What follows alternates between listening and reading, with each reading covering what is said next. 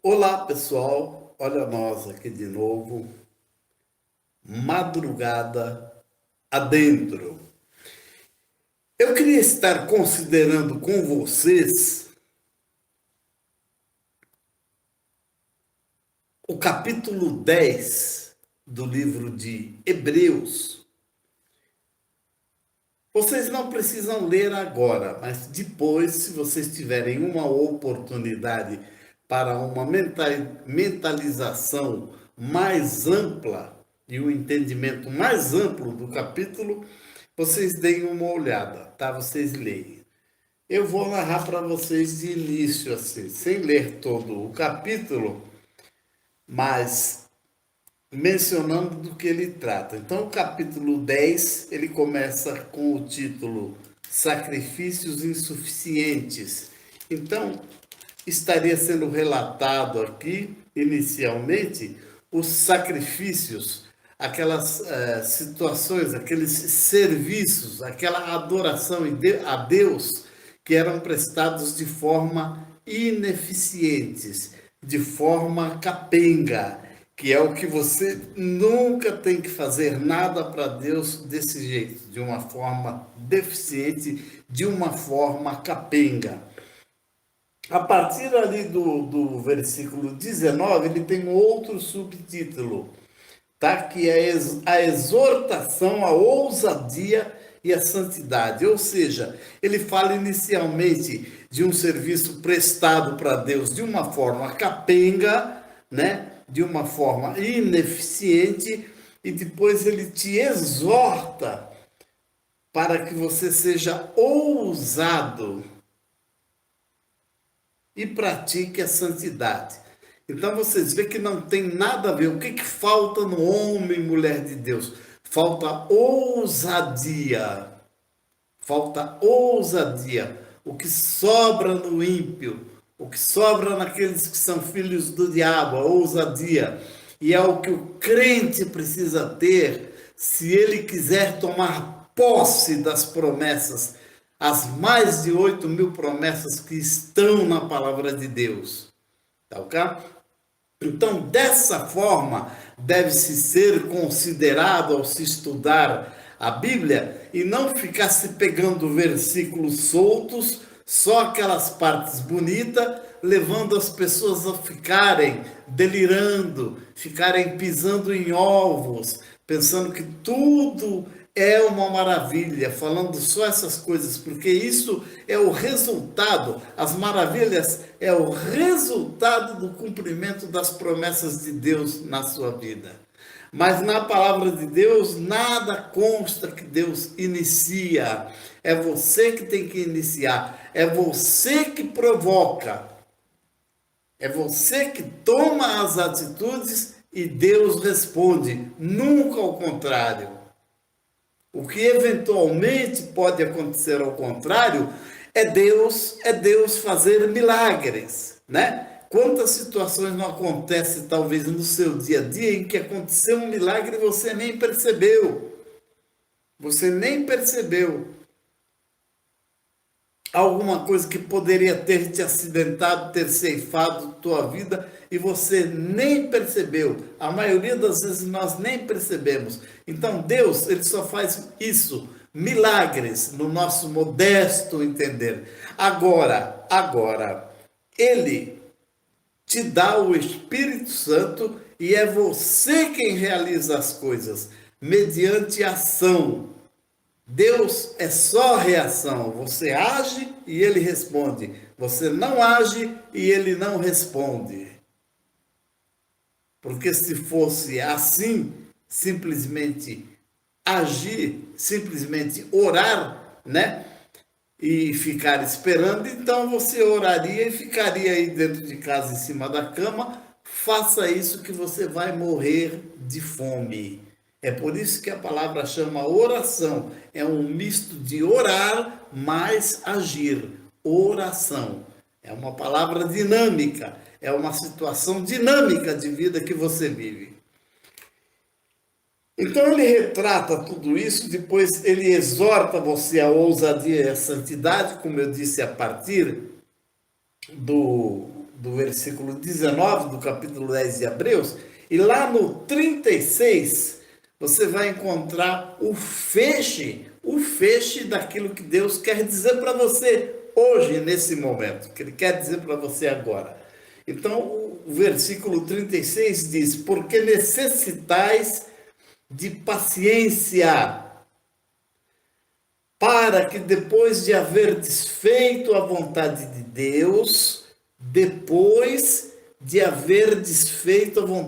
Deus, não é antes, entendeu? Possais alcançar a promessa, não é ainda nenhuma garantia de que você a terá imediatamente, tá bom? Então vejam bem, é diferente de eu ficar apresentando para você versículos soltos, como aquele estudo que você segue lá no site do JW, certo? Com figuras, com filmes, mostrando só coisas maravilhosas, que te faz sonhar, que te faz delirar, que te faz ficar achando que tudo é uma maravilha. E você entra e vai se envolvendo com a religião, não só as testemunhas de Jeová, a maioria delas.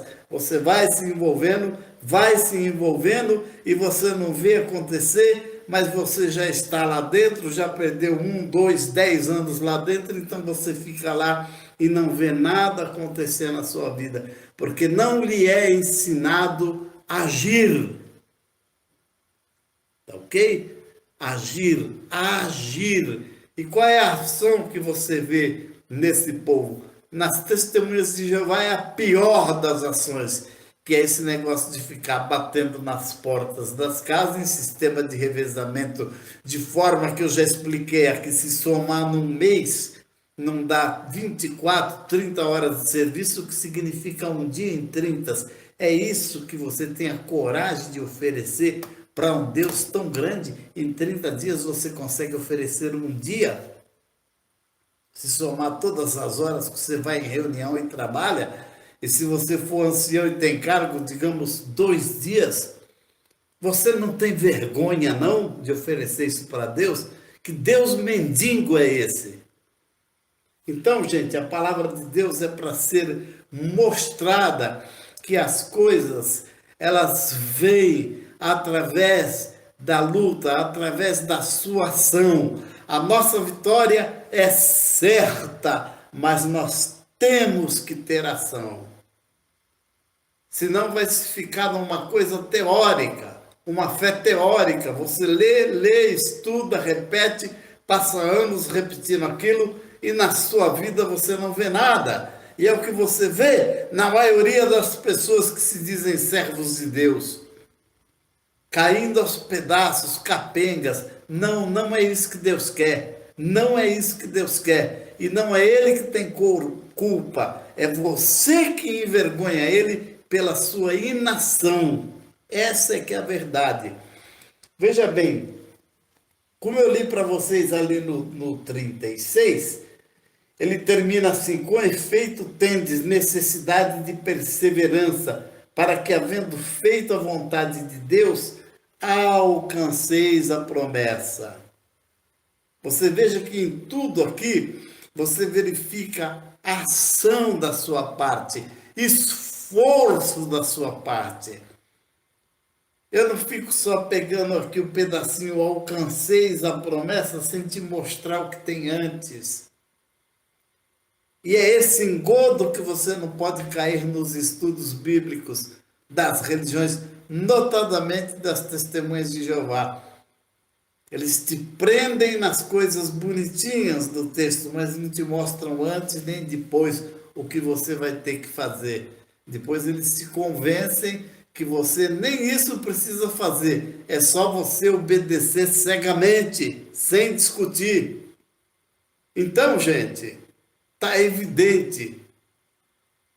As religiões, elas querem pessoas, porque elas querem contribuição, elas querem dízimo, elas querem quanto mais melhor, quanto mais tiver melhor. Elas estão preocupadas com isso, entendeu? Não estão preocupadas em apresentar um serviço para Deus. Então você veja bem, o inferno, ou seja, o diabo, ele sabe que é impossível para ele impedir o povo de Deus de tomar posse das promessas de Deus. Ele sabe disso, que o cumprimento da palavra de Deus, ela se dá mediante a manifestação da fé. É o que está escrito lá no próprio Hebreus. A fé é a certeza de coisas que se esperam, não vieram ainda. A convicção de fatos que se não vê, fatos que você não vê, mas você tem a certeza que virá.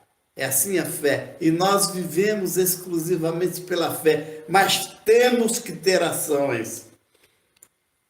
Por conta disso, o que ele faz? O que faz Satanás? Ele cria obstáculos para retardar o cumprimento das promessas de Deus. Lembram Daniel? Daniel orou e levou 21 dias para chegar à promessa. Por quê? Porque o anjo foi segurado nas hostes celestiais, precisou vir um anjo de hierarquia maior para liberá-lo. E ele passar para atender o pedido de Daniel, para levar a encomenda de Daniel. Então veja bem, ele quer impedir que você manifeste a sua fé. É isso que o diabo quer. Quando você fica numa religião comendo na mão do governante as coisas ruminadas, ele está fazendo o quê? Que você, ele está retardando o cumprimento das promessas de fé, das promessas de Deus na sua vida, fazendo você ficar olhando ali para uma sentinela, para uma revista, para um estudo, e não manifestar a sua fé. É por isso que não acontece nada na sua vida. Pura obra do diabo. Então, ele cria situações para atrasar a conquista do povo de Deus. E as armas da fé são perseverança. Quais são as armas principais da fé? Perseverança e paciência. O que é perseverança? Você não muda de intenção. Você fica com aquela intenção fixa na promessa que está na palavra de Deus. E a paciência é porque ela não acontece no momento que você quer. Ela acontece ao longo de um determinado tempo. E você não pode murmurar. Se você ficar murmurando, se você ficar reclamando, você está adiando o cumprimento. Então você veja que diferença. Tem que ensinar isso para as pessoas. E não ficar falando, olha, Deus dá isso, Deus dá aquilo, Deus te dá saúde, não vai ter morte, não vai ter mais doença, mas não te fala como alcançar isso. E depois coloca na sua cabeça que é o seguinte, para alcançar isso você precisa obedecer a homens. É terrível isso, é terrível isso. E eu não sei como pessoa com nota 5 acima, que eu acho que todo mundo tem, pelo menos no nota 5, possa cair numa conversa dessa. Tem que ser preguiçoso e eles te estimulam a isso. Então você veja bem, tanto a conquista material nossa, quanto a espiritual, ela necessita de determinação. Você precisa ser determinado, você tem que ter a paciência e perseverança para realizar um sonho material. Você imagine se isso for espiritual. É o que a gente depreende do que está aqui na palavra, tá? Então tem que haver firmeza, persistência, fé, que é a certeza daquilo que você não está vendo, tá? Para você conquistar as coisas e principalmente você conquistar o que é imaterial, que é o reino dos céus, tá? Agora, aqui na terra é para você viver mal? Não. Senão não estava escrito na palavra que filho de justo não mendiga pão. Tá ok? Então é isso. Ela é uma necessidade, ela não é opcional, a perseverança, é uma necessidade. E ela é necessária para que você faça a vontade de Deus, para que você possa alcançar as mais de 8.000 promessas que tem na sua palavra. Tem sim mais de 8.000 promessas, mas eu não posso só ficar falando nas promessas e não falar que precisa suor para você alcançar elas. Inclusive a salvação da sua alma, que é bíblico e que as testemunhas dizem que não existe, que nós morremos como os animais. É terrível, é terrível.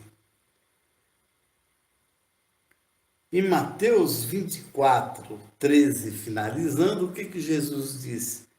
Que aquele que perseverar até o fim, esse será salvo. Ora, se usa uma expressão perseverar até o fim, é porque vai ser uma vida de perseverança, minha gente. Tá? E as promessas de Deus, todas elas, Deus é espírito, são espirituais. Não é em tese para este mundo.